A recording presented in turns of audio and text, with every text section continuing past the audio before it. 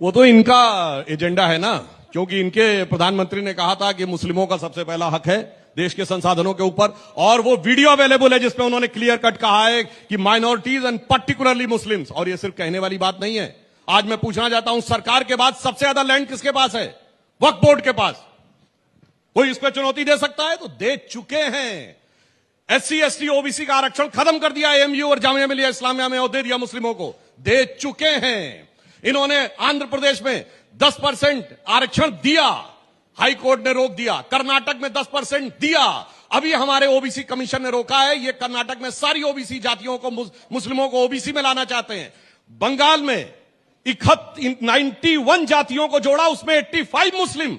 पिछड़ा वर्ग आयोग ने पूछा ये कैसे हो गया, तो कहते हैं ये पहले कन्वर्ट होने से पहले इस जाति के थे। तो पूछा इतना कन्वर्जन कैसे हो गया, तो चुप रह गए। तो ये हकीकत में दे चुके हैं, ऐसा नहीं कि ये देंगे। और आज तो इनके जो बोल दिए भाई हाईटेक गुरु, वो तो कहे कि अब तो एक्सरे बता दिए कि एक एक की संपत्ति का एक्सरे करेंगे।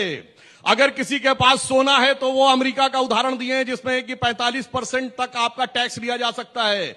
आपके घरों का सोना, जो प्रधानमंत्री जी ने कहा, और विरासत पे टैक्स लगेगा। मतलब आप अपने बच्चों को, बेटे बेटियों को अगर मकान देंगे तो उसके ऊपर 45% टैक्स लगेगा। ये बोल चुके हैं भाई। तो सर्वे भी ये बता चुके हैं, इनकी हकीकत भी सामने आ चुकी है। इसीलिए प्रधानमंत्री जी ने कहा है कि इनकी स्थिति क्या है, कांग्रेस की लूट जिंदगी के साथ भी, जिंदगी के बाद भी। पहले आपको जिंदगी भर लूटते रहेंगे, बाद में आपके बच्चों के साथ लूटेंगे। ऐसा नहीं लग रहा कि आप डरा कर वोट लेना चाहते हैं? कभी महिलाओं को कह रहे हैं आपके गहने ले लेंगे, कभी आप कह रहे हैं आपका घर छीन लेंगे। तो ये तो डराने जैसा हुआ ना। डराने नहीं, मैंने तो कहा जो कर चुके हैं। मैंने कोई बात, क्या वक्फ बोर्ड को पैसा दे नहीं चुके हैं? और आज वक्फ बोर्ड रूल में क्या है, अगर हमारी सरकार नहीं आ गई होती तो 2013 में उन्होंने जो रूल बना दिया था, आपकी संपत्ति पे क्लेम कर दे आप कोर्ट नहीं जा सकते। और मैं एक और बात कह चुका हूं, फिर कह रहा हूं, ये देश का डिवीजन हुआ, 2 देश बने मुस्लिम राष्ट्र, और भारत बना आंशिक मुस्लिम राष्ट्र। हम इसको ट्रू सेक्युलर राष्ट्र बना रहे हैं। अन्यथा मैं चुनौती से कहता हूं, दुनिया में कोई सेक्युलर देश बताइए जहां शरिया को कॉन्स्टिट्यूशन वैलिडिटी प्राप्त हो। यहां अगर शरिया और सुप्रीम कोर्ट में मतभेद हो जाए तो शरिया सुप्रीम कोर्ट से ऊपर, शाबानो केस। कोई ऐसा सेक्युलर देश बताइए जहां वक्फ बोर्ड हो, जहां ट्रिपल तलाक हो, जहां हलाला हो, जहां मेहरम हो, जहां हज सब्सिडी हो, मौलवियों को तनख्वाह मिलती हो।